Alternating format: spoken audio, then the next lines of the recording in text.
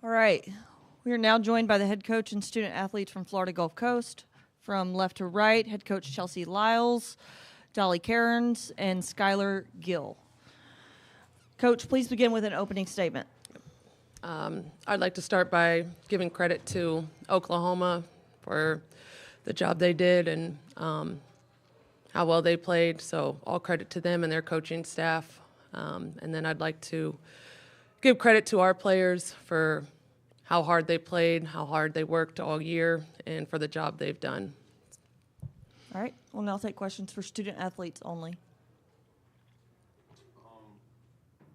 Jordan Davis with Oklahoma. First, obviously got things in the way that you guys wanted to.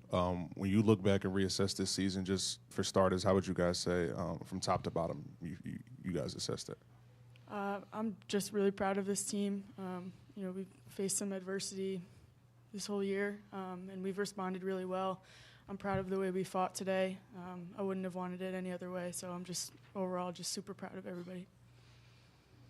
I mean, what Dolly said, we fought through adversity. I mean, the beginning of the season didn't go the way we wanted it to go, but we fought through, came together, and we got what we needed to do done. Shane Harvell of FGCU Athletics. Dolly scored 15 points tonight and against probably one of the top 10 teams in the country. And a couple ASUN schools were actually able to kind of shut you out. But tonight you were on fire. How were you able to get open and knock down those threes? Yeah, I mean, just credit to my teammates for getting the ball to me when I was open. I wish a couple more went down, but just credit to my teammates for setting screens for me, looking for me, getting the ball to me when I'm open. And Skylar, you were probably one of the main reasons why FGC was able to fight and claw back in it and get within 5-6 points going into the fourth quarter there. What were you able to do and see up top of the key and drive into the paint? I just had to give everything I had left in me. It was all I had left, and I knew my team needed it at that point. Monty had gotten some foul trouble. We needed to pick our offense up a little bit, and I just had to attack and shot fake. I knew I was smaller out there, and I just had to do what I do and use my body. And it looked like you had your own little fan section over there on the side. How many people did you bring down from Wichita, Kansas? I think I had 42 tickets I had to put in. Yeah. So it was fun. It was fun. I was glad my family got to see me play this year. They got to see me play a little bit while I was at Kansas, but I'm glad they got to see me play here. And for both of you guys transferred here and were able to go to NCAA tournament runs. And for those freshmen looking to find a school or someone that's in the portal coming on up, and what would you say to them to come to FGCU and have this experience?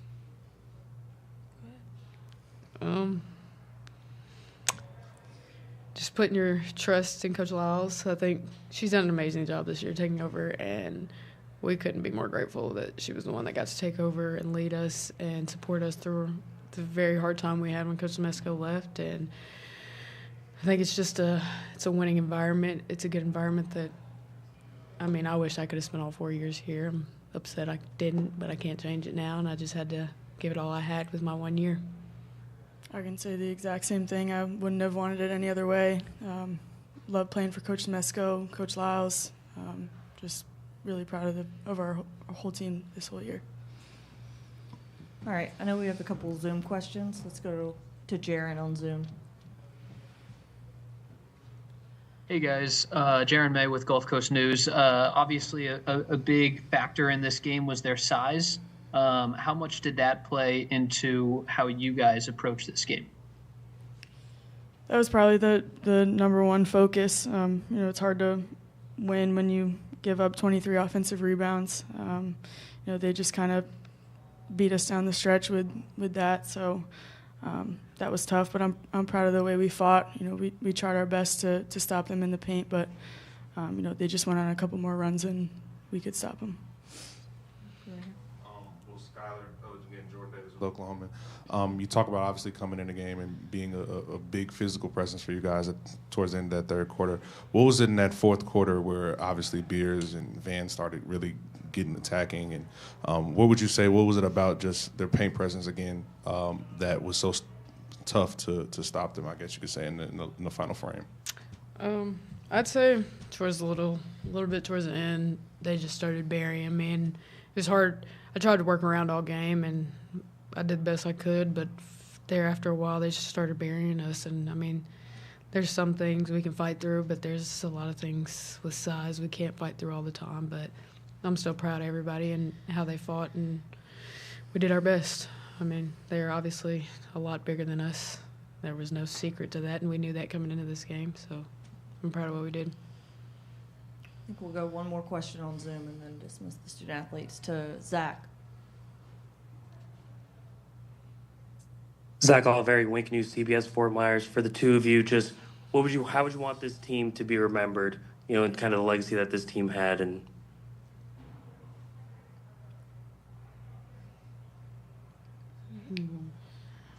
I mean, like we said before, we've been faced with adversity the whole year, and just the way we respond to any challenge that's thrown our way. We always have a plan for it. But really just this group of people. I love this group of people, my teammates, coaching staff, just everybody a part of this program. And we just have a really strong connection with each other. And I think that's what I'm going to miss the most. And, yeah. I'd say just that this team is strong. Coach Mesco, when he left, it was not an easy thing for us to do, and we struggled a bit. And I know personally I struggled a lot when Mesco left, but we were strong. We had a great leader, Coach Lyles and Coach Cam, and our whole coaching staff. Just they all had to change their role every night, and everybody had to step up and do different things. So I'd say just strong and able to fight through adversity. All right. You guys can head out, and we'll take questions for Coach now. Thank you.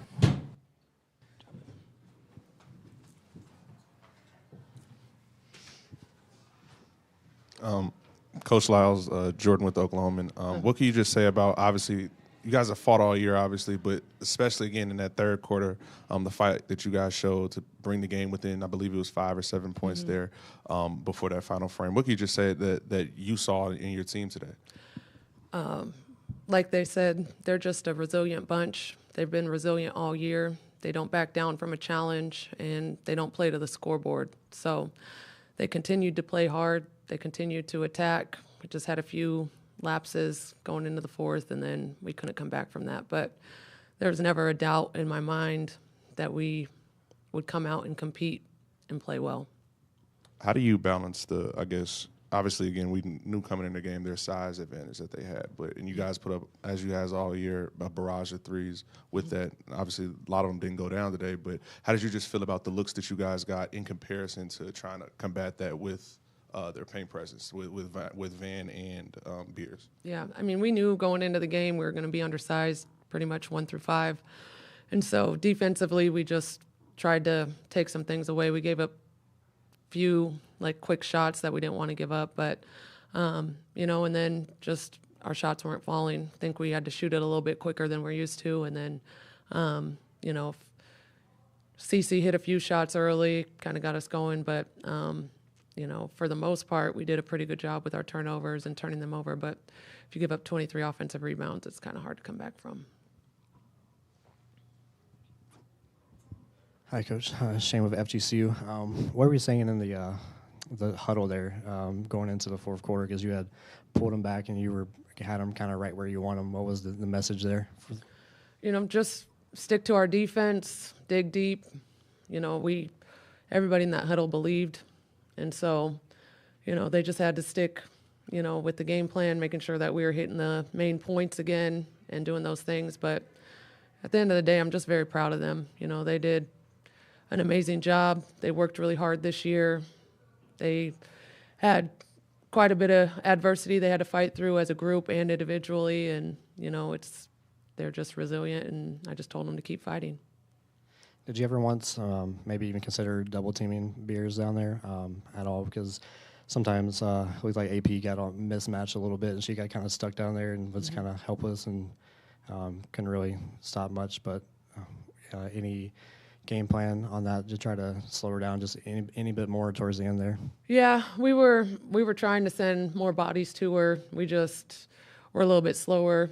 I mean, I think towards the fourth quarter, maybe got a little bit more tired, and they just did an incredible job. Monty was only able to play 16 minutes, and I just thought a lot of the players stepped up, and then in the fourth quarter, we just had a few defensive lapses and weren't able to get the look we wanted defensively on her.